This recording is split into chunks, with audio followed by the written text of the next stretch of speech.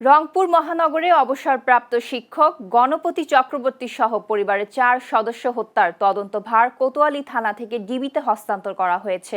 স্বচ্ছ তদন্ত ও দ্রুত চার্জশিট দেওয়ার লক্ষ্যেই এই সিদ্ধান্ত নিয়েছে বলে জানিয়েছে পুলিশ। এরই মধ্যে মামলার নথি ও আলামত হস্তান্তর করা হয়েছে।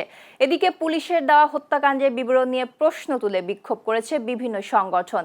পুলিশের দাবি, ইয়াবা সেবনে বাধা দেওয়াকে কেন্দ্র করে হত্যাকাণ্ডটি ঘটেছে। তবে এ বক্তব্য নিয়ে আপত্তি জানিয়েছে বিক্ষোভকারীরা, বলেছেন ঘটনার প্রকৃত রহস্য উদ্ঘাটনের প্রয়োজন পূর্ণাঙ্গ ও নিরপেক্ষ তদন্ত।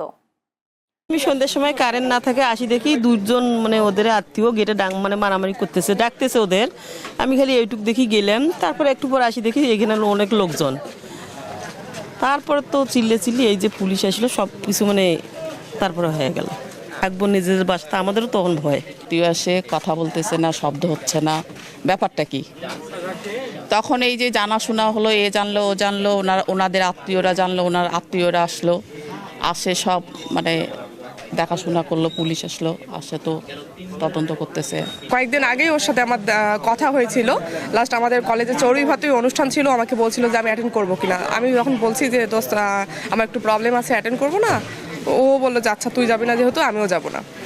আর আমরা কারমাইকেল কলেজ থেকে ইংলিশে অনার্স অ্যান্ড মাস্টার্স শেষ করছি। 2022 সেশন আমাদের। লাশ এখন আমাকে দেখতে দেয়নি, আমার হাজবেন্ড বললো আমার দুলা ভাইয়ের লাশ ছাদে ছিল।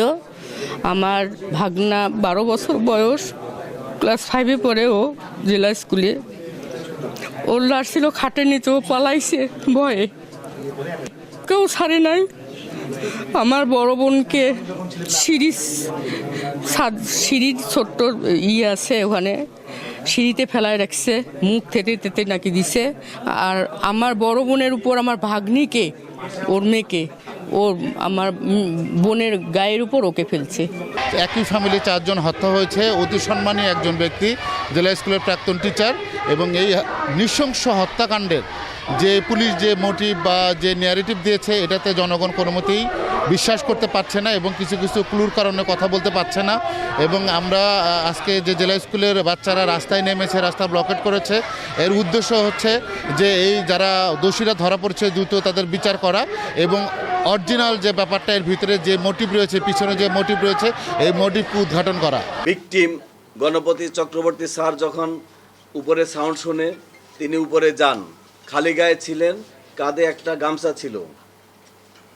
তিনি ওদেরকে ওনার ছাদে বসে আড্ডা দেওয়ার ব্যাপারে জিজ্ঞাসা করলে, চ্যালেঞ্জ করলে, ওই 2 জন খুনি, তারা যেটা আমি কথা বলেছি আসামিদের সাথে, আসামিরা তাদের পরিচয় প্রকাশ না করার জন্য, সমাজে তাদের যেন পরিচয় প্রকাশ না হয়ে যায়, তাৎক্ষণিকভাবে ওই স্যারের গলায় যে গামছাটা ছিল সেই গামছা দিয়ে পেঁচিয়ে ওনাকে সেখানে হত্যা করেন।